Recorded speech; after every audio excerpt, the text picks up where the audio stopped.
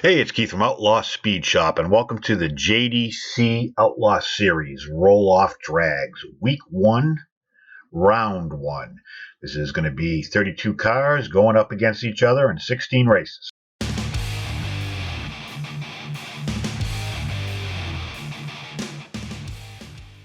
This is set up bracket style. I have a random generator, so each week it'll be a random draw, and then from there on, obviously, it would go as you see.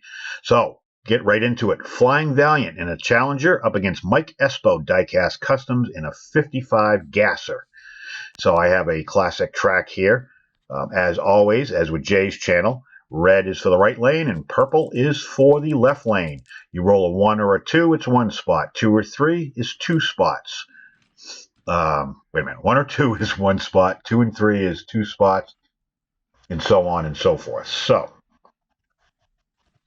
I think I screwed that up. But either way, you get the idea. For every 2, it's 2. It's 1 spot. So, right off the bat, the 55 gets a whole shot out of the gate. And the main power for a Challenger is going to come mainly at the low end. So, it's a little concerning at this point. But the race is only just beginning. So, the 55 is still really getting some good traction, and you'll find as the race goes on, there may be one lane that has a little bit better traction than the other, but Challenger in the top end is really coming around, and it's surprising if you've ever driven a Challenger. They have a lot of low end torque. They're not so good on the top end, so we'll see as this goes on. So obviously the right lane only gets 1 spot, but with a 6 in the left lane, the Challenger pulls up tight, and it's neck and neck going into the final 120 feet or so. But that last roll really sealed the deal. So unless a miracle happens, and it did not, you would have had to get a 6 to break even and go into a tiebreaker. But next up, Johnson 91.95 against COLIN Harvard, who wanted to see a 56 Ford pickup go down the line. Some people did request specific vehicles. If I could do it, I did. Didn't always happen, but I think for the most part, I was able to cover everybody. So right out of the gate, the GTX pulls a whole shot. Traction's really good. He's probably running a 446 pack. Hopefully it's not a 4-speed, and he's got the torque flight in there. But the right lane seems to be rolling a little bit better, but they're neck and neck about the 120-foot mark. The 56 Ford, don't know what he's got under the hood, but with the blower scoop sitting out there on top of the hood, I'm assuming he's got most likely a Ford big block in that thing, but most of these guys won't pop their hoods, so we have no idea. You know, what's fun about this series, and I'm going to talk a lot, I'm not just going to talk about the dice rolls themselves. I try to show each and every single one of them. But what's fun about this is it is all chance. But, you know, if you lose week 1, it's not a big deal because, again, it's all chance. And you have 3 more weeks to catch up very quickly. So coming down the back, the GTX seems to have, or the Roadrunner seems to have the distinct advantage, and they tie with the dice, but obviously the Mopar takes it. Then we got Bill Stelzer, Donovan Kenyon in the Mustang GT. And once again, the right lane does not get a good jump, while the left lane gets a huge jump, taking a 2-car advantage right off the bat. Same thing again. The 1 spot gained advantage, but it pretty much stays even. And we're looking at, really low at this point. The Mopar power is really taking over. The Ford, though, I don't know what he's got. If he's got a 302, maybe some 289 heads, high flow, I don't know. Coyote motor, could be anything. But he's maintaining that gap. And it's a 4-car gap, easy. And there you go.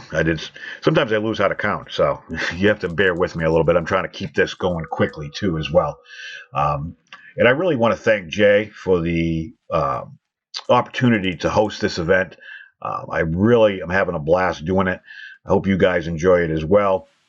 And this gap is staying exactly the same, and it's not a small gap. I won't reference too much on the gap area because it could be kids watching. So, but with that final roll of dice, the Mopar takes the Mustang easily. Then we got Eddie Bennett from Voodoo Queen Studios and Calibre 50 Customs in the Camaro. And Eddie wanted a Cyclone, and coincidentally, he actually sent me this one in a box of cars that he sent me. So it kind of worked out good. I hadn't gotten around to customizing it yet, just like most of my cars. So right off the bat, the the Camaro takes the lead, but the left lane is going to come back strong, and I'm assuming that's got some sort of a turbo in that thing. Hopefully he didn't pretty much go too prematurely here, but he is taking a pretty decent lead at this point. But that seems to be the trend with that lane, so it's kind of hard to tell. The big deal for most of these guys, and especially round one on a new track, you gotta prep, you gotta do some testing, and sometimes in the heat of the moment you miss a shift, or you're not leaving on the right amount of boost if you're so equipped. Not sure when to hit the scramble button on your nitrous, so there's a lot that goes on. These guys are pretty much staying the same all the way down. But at this point, the Cyclone's pretty much got it. There's nothing that the other lane has that can do anything. But again, this is just week one. Amanda Ferrari in the pink Challenger against me in my original 66 Nova that I built for myself originally to replicate one of my favorite cars that I owned. I ran out of people. If you're looking to jump in, I will let the first person who signs up down below say, I'm in Nova. If you want to drive my car, then you can. I don't mind racing the entire thing, but if somebody else wants to take my spot, you take in my car as well. So, but the Nova takes a quick jump out the gate. The Challenger, again, a lot of low end torque, so right about here is where it should be kicking in. Amanda wanted any car that was pink. And I picked this pink Challenger, and I'm beginning to regret it because she's starting to pull ahead a little bit. This is Jay's girl, and she gracefully signed up for my track, and I'm beginning at this point to regret it a little bit, but I'm holding my ground. The right lane right there rolls a 5, so I get to move. But I'm pretty much even with her at this point, and it's getting close. We're neck and neck. I got a 327. Unfortunately, I got a 4-speed in that thing, so it's not the easiest thing, but we are neck and neck going down. The biggest roll out of this is the winner, and Amanda takes it handily and pretty much blows my doors off at the last minute. Next up is Alf Red in the Impala and Chris Welch in the GTO. The Impala is big, but don't count it out because it has a big power plant from what I hear.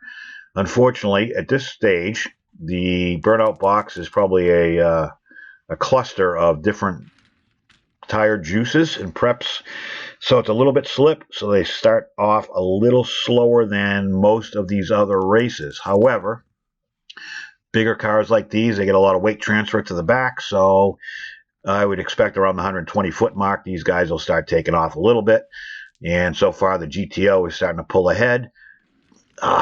The left lane gets a good roll, but so does the right, keeping the gap the same. We're looking at a 2-car gap from rear end to bumper. It's staying the same. That GTO is really pulling his weight. That's I'm assuming it's stock, but I couldn't tell you. Most of these guys won't open their hoods, like I said, so it's all a big mystery. And that was a bad roll. So by the way things are rolling, it's hard to tell, but he starts to slip a little bit. He might have missed a shift. The Impala catches up quickly. He's down and closes the gap to 2. Unfortunately, they both roll the same. It's getting close to the end, or the last little bit, and the left lane is only closing by 1 car. 1 car in the left lane closes again. It's getting close. These guys are actually slowing down instead of speeding up towards the end. They might have shut down. And the right lane rolls a higher number and obviously clears the finish line first. Then we got AD Custom Elite going against SOUTHPAW DIECAST in the Chevy Monte Carlo. So it's Nova against Monte Carlo with the Gulf livery on the Nova. Once again, these guys get a slow start out of the gate. I tried telling them about tire prep and making sure they clean everything off well. The Nova takes a huge jump, passes them, and clears them by one car. And they both roll high. They're both going to keep the same gap. The thing is with these tracks is you gotta keep your car consistent all the way down. You can't just have a good takeoff and then you dog it halfway through and then try to make up for it at the end. You got to be consistent, and if you can get that gap early, seems like with this track so far you can kind of keep it. I think we've only seen one car come from behind. So right now it's the Nova and the Monte Carlo.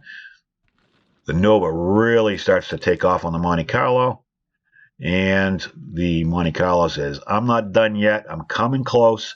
I'm starting to get, well, if you've ever driven a Monte Carlo, they handle like a bus, but they are fun to drive. He takes the lead. They're neck and neck at the finish line. The highest roll here wins, and the right lane takes it by a hair. Next up is Kamikaze Customs against Gene Eggleston. You've got Mopar on Mopar action. We got a Hellcat up against the Barracuda, which is one of my favorite cars. Left lane jumps out to a huge lead, putting the Mopar, well, actually both Mopars, putting the Challenger at a disadvantage. Now they're keeping the gap the same. I have a Challenger.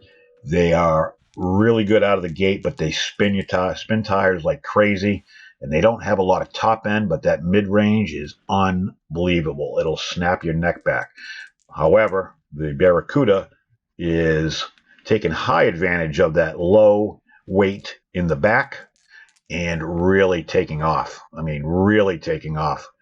He is taking this dude to Gapplebee's and not even buying him a drink. There is no way I think that this Challenger is going to catch up, but if the Cuda rolls a 1, nope. But he did manage to make up some ground. There's not enough room. He might be able to tie, and he definitely gets to 3, but he doesn't get past it, and that one is over. My favorite race, Honest DIECAST against SRS DIECAST. You guys know I'm a Chevelle fan. We got Chevelle versus Chevelle Wagon. They're both 70s. Left lane takes a car length jump right off the bat. Wagons are not to be underrated. There's a lot you can do with the wagons. The wheelbase is definitely to your advantage. They're both sporting, from what I hear, a 454.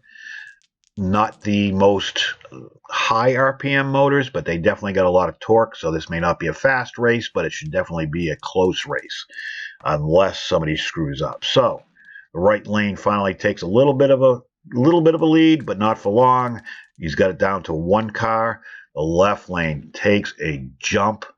Got a 2-car gap going in towards the last part of this track. Oh, and the red lane is just pretty much sitting still. Not sure what he's got going on. I don't know if he missed a shift. I don't know if he didn't prep his nitrous. I have no idea. Either way, it's looking like the wagon is going to take it. Chris Gibbs in the Dart against J4 Racing. This is one of my customs. He wanted an AMC, and it was either a Gremlin or this. This was a custom I did maybe 2 years ago on the Javelin, and it's actually a Matchbox Javelin. And I put Hot Wheels wheels on it. I was going to use it for actually racing at 3D Bot Maker, and I just never did anything with it. So we're neck and neck going down the line. Off the bat, you couldn't ask for a better close race than this. Right now, in the left lane, takes a jump, leaving the Dart sitting still. However, the Dart is keeping and trying to maintain that, but it seems like he's slipping a little bit, and I'm getting excited, and the camera is going everywhere. And I swear I'm not drinking or much. So they're both tied going in. As far as the gap goes, nothing is changing. They're both rolling exactly the same. It would take a lot for Chris to take the win here, and he only gets 1. Going into the last little bit, there's no way he's going to take it. He shuts it down, and the Javelin takes the win. Zelda Diecast Racing in the 71 Mustang against Rick Marshall in the Viper. Don't count these big, long hood Mustangs out. They were dogs from the factory, but with all that engine compartment, you can pretty much put two motors in there and nobody would ever know. So the stock rims is a nice touch. Nobody would be the wiser. It looks like your grandmother would take it to go get some groceries and play some bingo, but who the hell knows? You could be sporting a 428 Cobra Jet in that thing. So the left lane definitely takes a jump, but then the Viper says, I'm out of here, puts it in high gear. They're keeping that same gap. Viper's got the V10, V12, I don't even know what those things have in them anymore. And to be honest with you, none of these cars are probably stock. But the left lane with that big ass nose is definitely takes a one car lead. Rolling them real good. The Viper, once again, pulls up beside the Mustang. This is actually a lot closer than I thought. I figured the Viper would have this thing hands down. The Mustang says, see you later with your brand new fancy car. I win this bitch. Rob Furrow against Chevyland TV in the Buick GS. The Mustang against Buick. And not too many people picked Buick, which I was surprised. I have a lot of Buick. Nobody picked Oldsmobile. I have a bunch of Cutlasses, and nobody picked it. So the right lane takes off, leaving the left lane standing there. That doesn't mean anything. The left lane's going to catch up a little bit with this one and move his way up, start to close the gap. Now they're starting to crawl, but they're still maintaining the same speed. The left lane says, okay, I'm coming around. The right lane is going to try and stay up. Now it's quite the opposite. The left lane is staying and maintaining that lead while the right lane seems to be struggling just a little bit. That Buick Grand Sport starting to lose a little bit of traction in the middle. Started to go towards the middle lane and you can't cross over. Left lane is saying, nope, I'm out of here. I'm going to go almost all the way to the end and there's nothing you can do to catch me. And unfortunately, that be the case, even though a last-ditch effort from the right lane made it a lot closer than it could have been. Then we got Speed Racer versus DIECAST OUTKAST. Brian wanted the Grand National, of course, if you know Brian. Unfortunately, he didn't have a black one, and Speed Racer is also part of and related to the JDC family, and he wanted, actually, I won't tell you, he wanted a Saturn, but I didn't have one, so he ended up saying Saline or Shelby, so he's getting the newer version. He's got new versus new here, or semi-new, because the Grand National to me is new. Anything over 72 is new. And the Grand National's taking up the left lane and pretty much wiping out the Mustang. I'm not sure what's going on. I'm assuming that there was a shift that was missed.